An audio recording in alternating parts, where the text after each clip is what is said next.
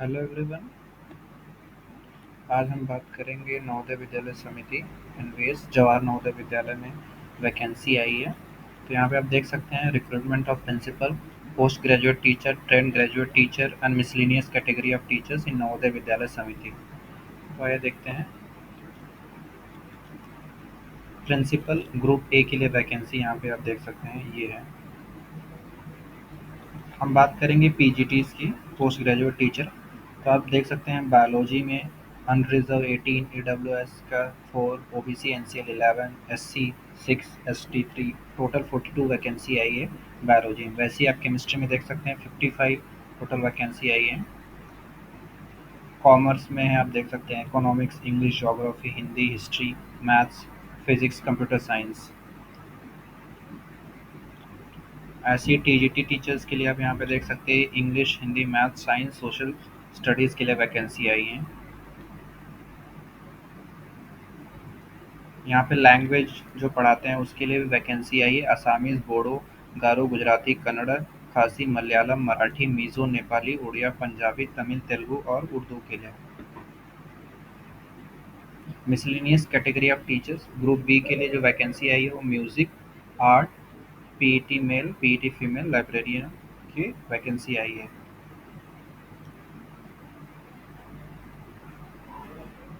यहाँ पे आप देख सकते हैं एलिजिबिलिटी क्राइटेरिया हर एक के लिए। मैं ये पीडीएफ आपको डिस्क्रिप्शन में प्रोवाइड कर दूंगा, तो यहाँ से आप पूरा जो भी क्राइटेरिया आप देख सकते हैं। प्रिंसिपल के लिए ये क्राइटेरिया आपके पास होनी चाहिए।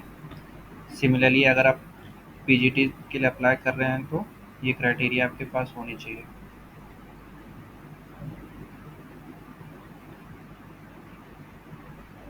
ऐसे हम और नीचे देखेंगे, हर एक के लिए यहाँ पे क्राइटेरिया दिया है।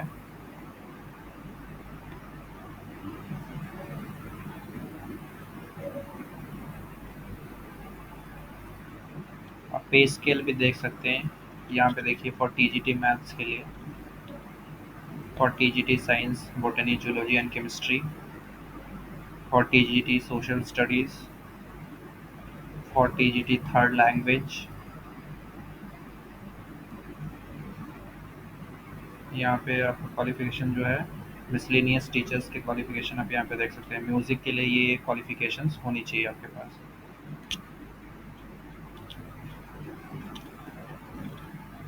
अगर आप आर्ट के लिए अप्लाई कर रहे हैं तो ये पर्टिकुलर जो है ये आपके पास,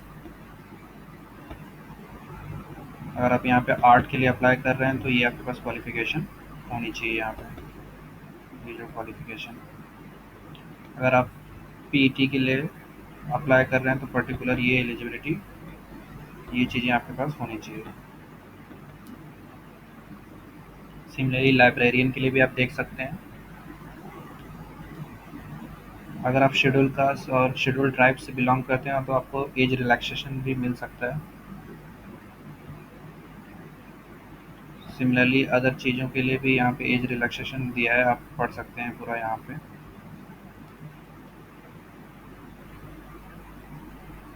यहाँ पे ओबीसी के लिए इम्पोर्टेंट ये हो जाता है कि आपके पास एनसीएल नॉन क्रीमी लेयर होना चाहिए। क्रीमी लेयर नहीं, non creamy layer. Candidate who claim to belong OBC NCL category should submit in the support of his or her claim. वैसे ही इकोनॉमिकली वीकर सेक्शन के लिए भी यहाँ पे आप देख सकते हैं जो क्राइटेरिया होती है ईडब्ल्यूएस के लिए। आपके पास 5 एकड़ of agriculture land and above, residential flat of 1000 square feet and above, ये सब क्राइटेरिया यहाँ पे देख सकते हैं। जो मोड ऑफ सिलेक्शन, ये इम्पोर्टेंट है।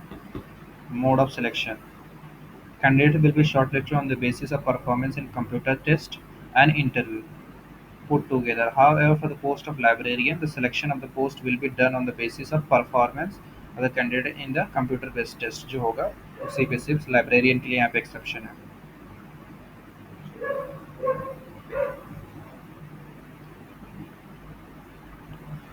The center for CBT of the post of principal will be in Delhi NCR only। ये इंपॉर्टेंट है। अगर आप प्रिंसिपल के लिए अप्लाई कर रहे हैं तो सिर्फ दिल्ली एनसीआर ही का जो सेंटर हो सकता है। लेकिन अगर आप अदर पोस्ट के लिए अप्लाई करते हैं, ये सब जो सिटीज़ दिए गए हैं यहाँ पे, ये सब हो सकते हैं आपका सेंटर।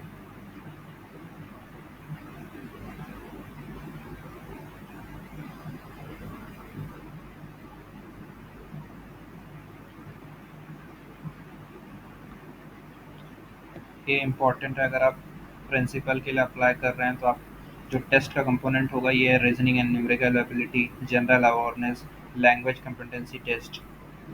यहाँ पे distribution of number of questions और यहाँ पे मार्क्स का भी डिस्ट्रीब्यूशन दिया गया है, और नंबर ऑफ आवर जो होगा वो 3 होगा। वैसे ही यहाँ पे पार्ट 4 पार्ट पर्टिकुलर में डिवाइड किया गया है यहाँ पे। अगर आप पीजीटी के लिए अप्लाई कर रहे हैं, पीजीटी के लिए, तो यहाँ पे पार्ट 1 में जनरल अवेयरनेस, पार्ट 2 में रीजनिंग एबिलिटी, पार्ट 3 में नॉलेज ऑफ आईसीटी, पार्ट 4 में टीचिंग एप्टीट्यूड, ये सब आपका चेक किया जाएगा। ये सब यहाँ पे आप टोटल मार्क्स का डिस्ट्रीब्यूशन भी देख सकते हैं और नंबर ऑफ क्वेश्चंस भी देख सकते हैं।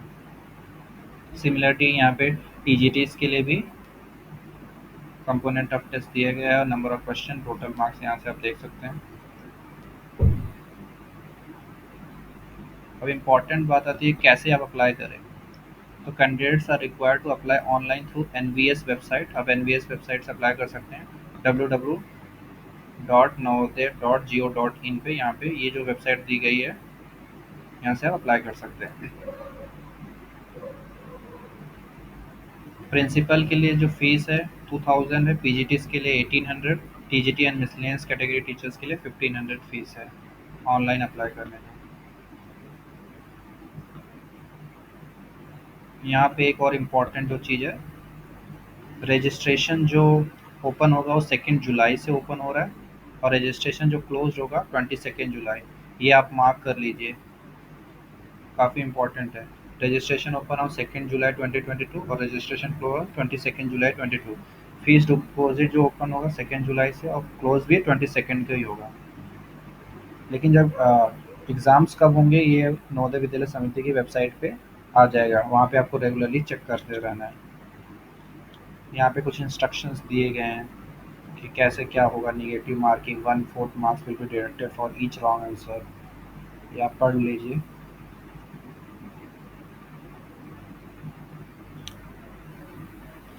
मैं ये पीडीएफ आपको डिस्क्रिप्शन में प्रोवाइड कर दूंगा।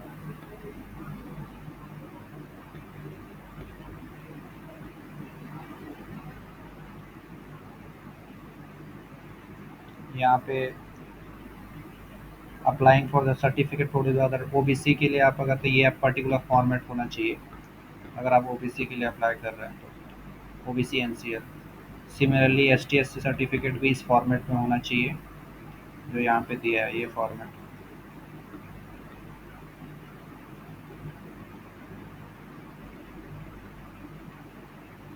Income analysis certificate bye economically weaker section.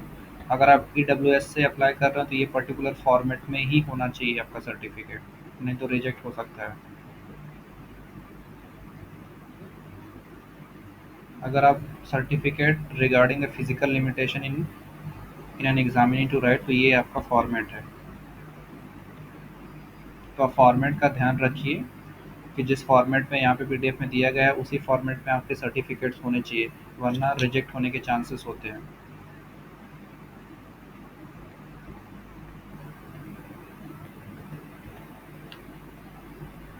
Thank you everyone.